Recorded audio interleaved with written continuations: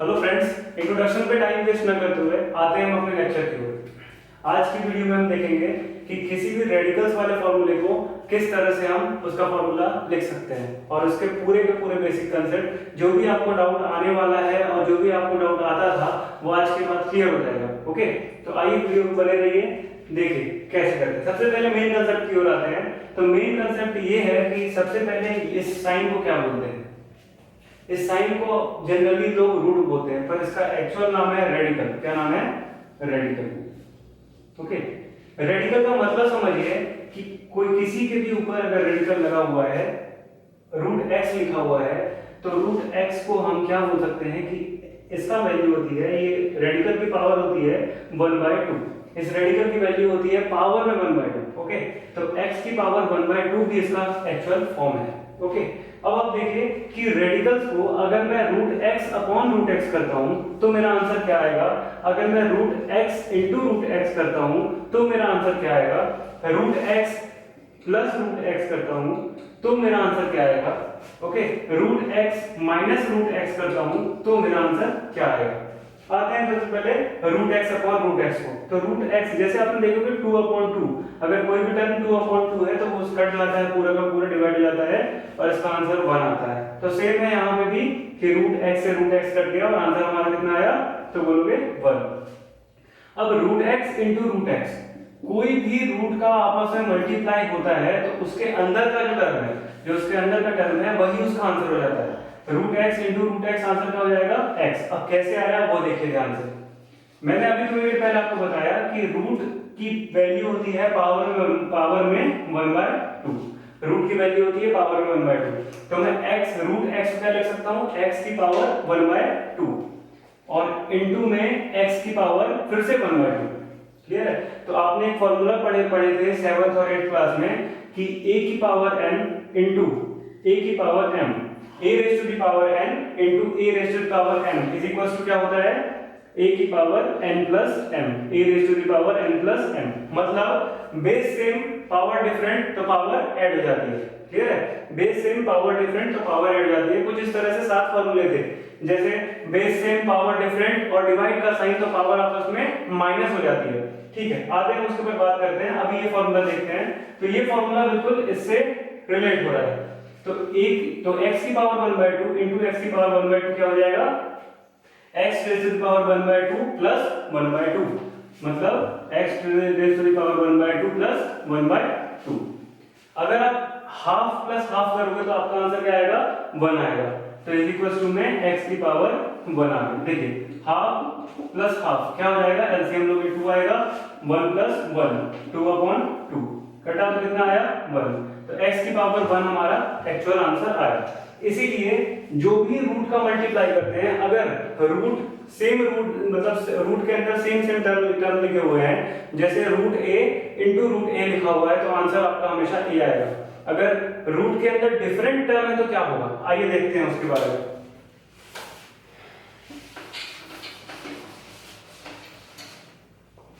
जैसे रूट के अंदर डिफरेंट टर्म है, मान लीजिए कि रूट a लिखा हुआ है इनटू रूट b करना है। क्लियर है? जैसे a इंटू b करने पर क्या आता है, ab आता है। मैं ज्यादा कंसेप्ट पे नहीं जा रहा हूं इसलिए क्योंकि ये सब 8th क्लास में थोड़ा थोड़ा आपने पढ़ चुके हो। अब थोड़ा सा 9th में आ रहे हैं तो 9th में स्टैंडर्ड बढ़ जाता है, बट मैं कोशिश करूंगा तो बिल्कुल रूट से उठाऊं, क्योंकि जो एक्चुअल मैथमेटिक का नींव होता है, जो एक्चुअल मैथमेटिक का बेस होता है वो क्या होता है आपका, यही सब है ना। जो रूट्स हो गए, आपके फॉर्मूलेज हो गए, तो जो 7th 8th क्लास के फॉर्मूले हैं छोटे छोटे, मैं उसको थोड़ा थोड़ा रिवाइज करते चलूंगा। एक्सपोनेंट हो गया है ना, अलजेब्रा का हो गया, आते हैं। तो a इंटू b जब करेंगे तो a b आंसर आ गया आपका। वैसे ही root a into root b जब करेंगे तो आपका आंसर क्या हो जाएगा, रूट के अंदर a b। अब ध्यान रखना है, मतलब ये है, बात ऐसी है कि अगर कोई चीज, मान लीजिए कि एक रूम है, एक रूम के अंदर 2 लोग बैठे हुए हैं, तो अगर मैं पूछूं कि ये रूम किसका है तो आप बोलोगे कि मुझे नहीं पता है किनका है, लेकिन कोई दूसरा पर्सन आएगा तो बोलेगा क्या कि हो सकता है कि ये रूम इसका भी है या ये रूम इसका भी है। तो वैसे ही सेम चीज यहाँ पे है कि अगर रूट के अंदर 2 लोग हैं तो आप बोलोगे कि हो सकता है कि ये दोनों भाई हों, दोनों का रूम थोड़ा थोड़ा हो। तो वैसे ही सेम है कि अगर मैं इन दोनों को फिर से बाहर निकालूं तो थोड़ा रूट इसके ऊपर भी, एक रूट इसके ऊपर भी, इनटू में एक रूट इसके ऊपर भी। ठीक है, मतलब जो भी अंतर रहेगा वो सब में बटेगा। ठीक है, मतलब जैसे रूट ए भी लिखा हुआ है तो वो रूट ए इनटू रूट ए दोनों के ऊपर है। ओके, आते हैं फॉर्मूले की ओर। जैसे फॉर्मूला है सबसे पहले root a b. Root a b का मतलब मैंने अभी बताया कि रूट ए बी अगर लिखा हुआ है तो ये रूट सिर्फ ए बी के ऊपर नहीं, ये रूट ए के भी ऊपर है और बी के भी ऊपर है। मतलब इसका आंसर रूट ए इंटू रूट बी लिखा होगा, तब जाके ये ऐसा दिख रहा है। तो इसका आंसर फॉर्मूला क्या हो गया, रूट ए into root B. Okay, next है अंडर रूट ए अपॉन बी। अगर अंडर रूट ए अपॉन बी लिखा हुआ है तो सेम चीज है कि जैसे रूट अगर इन दोनों के ऊपर है तो अगर मैं बाहर निकालूंगा तो रूट सच में दोनों के ऊपर होना चाहिए, जैसे कि रूट ए अपॉन रूट बी। मतलब रूट अभी तो दोनों ए अपॉन बी दोनों के ऊपर रूट लगा हुआ है, बट अगर मैं इसको बाहर निकाल रहा हूं तो ये रूट सेपरेट लग जाएगा, रूट ए अपॉन रूट बी सेपरेट हो जाएगा। ओके, तो इसका फॉर्मूला क्या हो गया, रूट ए अपॉन रूट बी। नेक्स्ट देखते हैं a plus b into a minus b का फॉर्म दिख रहा है। जैसे हमने कुछ फॉर्मूला पढ़े हैं, जैसे a प्लस बी का होल स्क्वायर क्या होता है, a माइनस बी का होल स्क्वायर क्या होता है, a plus a square minus b square का फॉर्मूला क्या होता है ना। ये तीन फॉर्मूले हैं इंपॉर्टेंट ये सबको समझने के लिए। देखिए a प्लस बी का होल स्क्वायर क्या होता है, तो बोलोगे a square plus b square plus 2ab, या फिर इसी को आप बोलो a square plus 2ab plus b square, दोनों सही है। ओके, नेक्स्ट है a माइनस b का whole square a square plus b square minus 2ab, या फिर इसी को आप बोलो तो a square minus 2ab plus b square. Next formula होता है a square minus b square. तो a square minus b square का फॉर्मूला होता है a प्लस b इनटू में a minus b। Same formula देख लीजिए, a plus b into a minus b किसका फॉर्मूला है, a square minus b square का। अब यहां से देखना है कि अगर मैं ये पूरे टर्म को a मान लूं, ये पूरे टर्म को a मान लूं, ये पूरे टर्म को b मान लूं, फिर से ये पूरे टर्म को a मान लूं, फिर से ये पूरे टर्म को b मान लूं, तो क्या हो जाएगा हमारे पास a plus b into a minus b। किस तरह का दिख रहा है, तो बोलोगे a square minus b square दिख रहा है।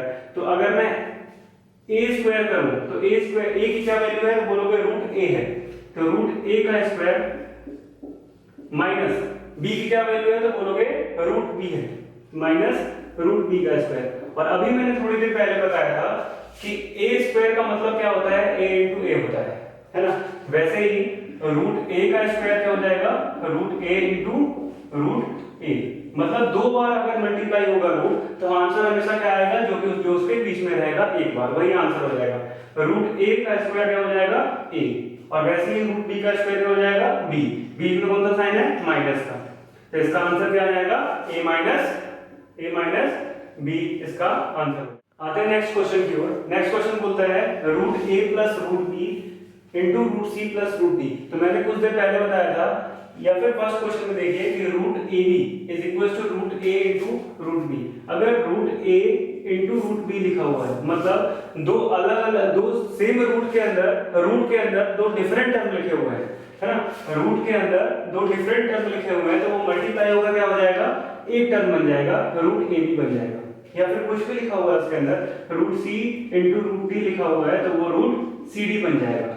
ओके, मतलब दो डिफरेंट टर्म अगर आपस में मल्टीप्लाई होंगे रूट वाले टर्म के साथ, तो वो एक टर्म बन जाएगा, दोनों मिक्स होकर एक टर्म बन जाएगा। और क्या निकलेगा answer, root c d root a b, या फिर जो आपको क्वेश्चन के अकॉर्डिंग दिया है ना।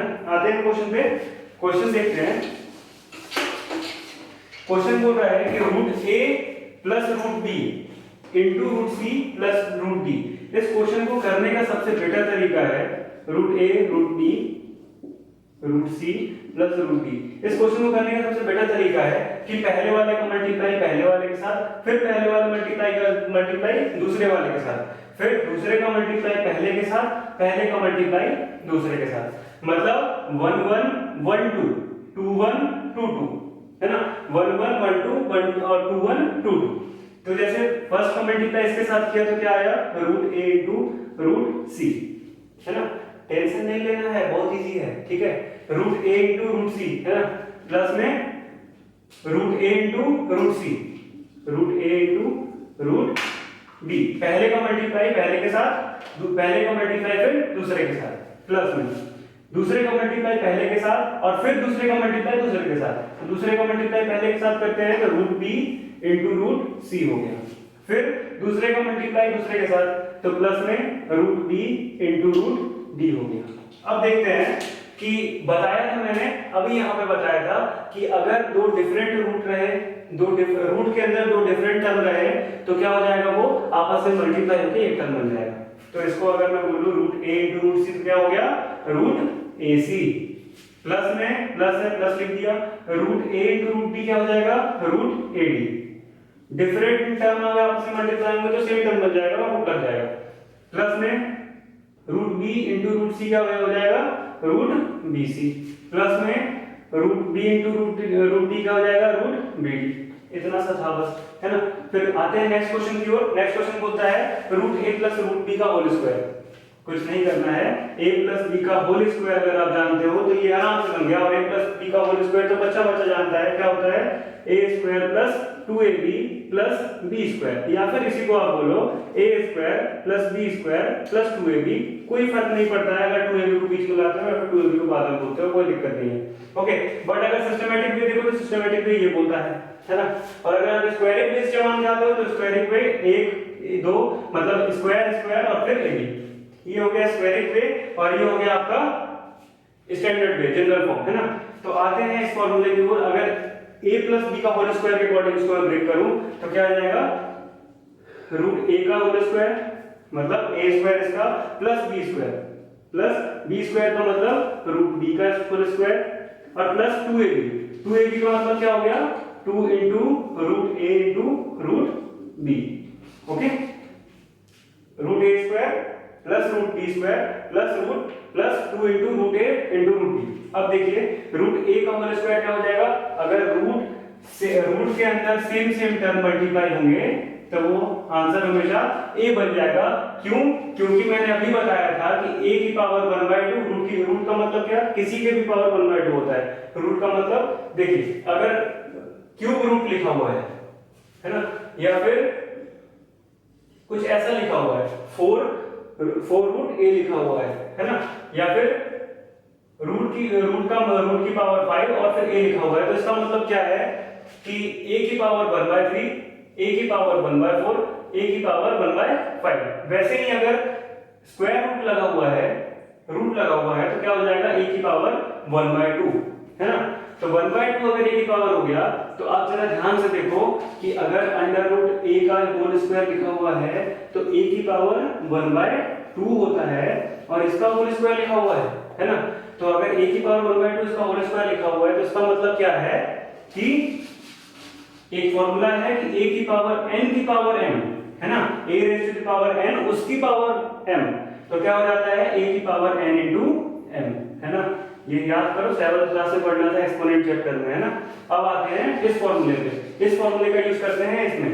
तो a की पावर 1/2 की पावर 2 तो क्या हो जाएगा, a की पावर 1/2 इंटू 2, तो 2 से 2 कैंसिल होता हुआ दिख रहा है, इसलिए आंसर अपना a की पावर 1, इसलिए a आ गया, है ना।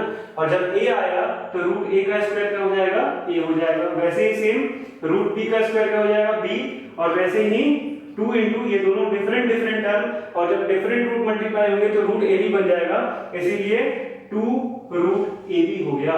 ये आपका आंसर निकल गया, a plus b plus 2 root a b। Next है a plus root b a minus root b। ये साफ दिख रहा है a plus b into a minus b के टर्म में लिखा हुआ है। तो a plus b into a minus b का फॉर्मूला क्या होता है, a माइनस b का फॉर्मूला क्या होता है, a square minus b square.